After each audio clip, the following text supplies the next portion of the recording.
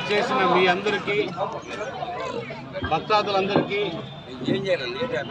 ఈరోజు ఆ మహాతల్లి ఆశీర్వాదం మన కళ్యాణ ప్రజలపై ఎల్లప్పుడూ ఉండాలని ఉంటుందని మన ప్రాంతం ఏదైతే ఉందో కళ్యాణ ప్రాంతం ఖచ్చితంగా అక్కమ్మ గారు ఆశీస్సులు మనకు కావాలి.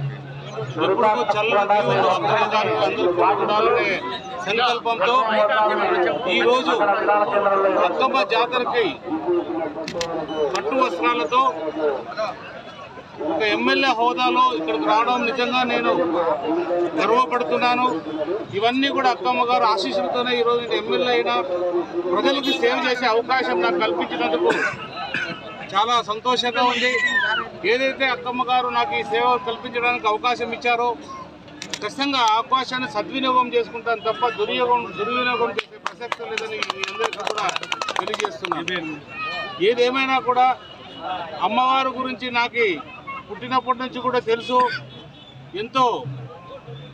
ఎంతో పవిత్రంగా మనం పూజిస్తే మనం ఎన్ని కష్టాల్లో ఉన్నా కూడా అమ్మవారు మనల్ని బయటికి తీసుకొచ్చి ఆ కష్టాల నుంచి బయటకు తీసుకొచ్చి మనం మంచితనంతో ప్రజలను జయించే విధంగా అమ్మవారి ఒక ముఖ్యమైన పండగ ఏదైనా ఉందంటే అది అక్కమ్మ గారి జాతరే.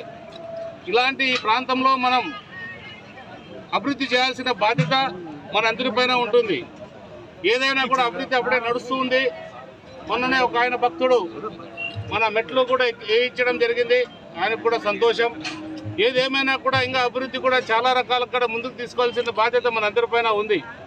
మొన్ననే చూశాను వంటశాలకు సంబంధించి కొంత ఇబ్బందికరంగా ఉంది. దాన్ని కూడా ఏ రకంగా సరి చేయొచ్చో ఆ రకంగా పద్ధతి ప్రకారం ఒక ఇంజనీర్ని తీసుకొచ్చి ఎక్కడ చేస్తే బాగుంటుందని మన ఆలయ కమిటీ సభ్యులందరితో చర్చించి ఆ ప్రకారం కూడా దాన్ని అభివృద్ధి చేసే.